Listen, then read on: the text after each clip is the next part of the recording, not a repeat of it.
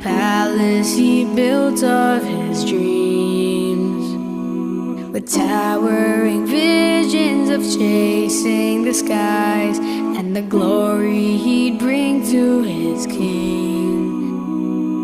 But one day a black cloud of evil set in, a storm washed the palace away in the wind, and all that's left is the pain of one word written on his face.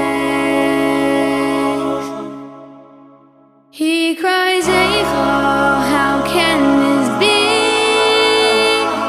This was